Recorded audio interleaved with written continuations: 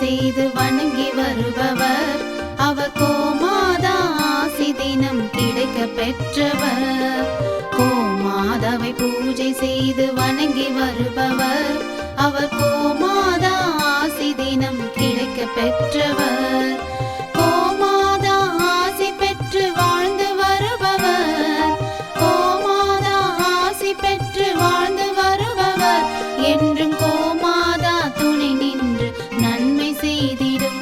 என்றும் கோமாதா துணை நின்று நன்மை செய்திடும். கோமாதாவை பூஜை செய்து வணங்கி வருபவர் அவர்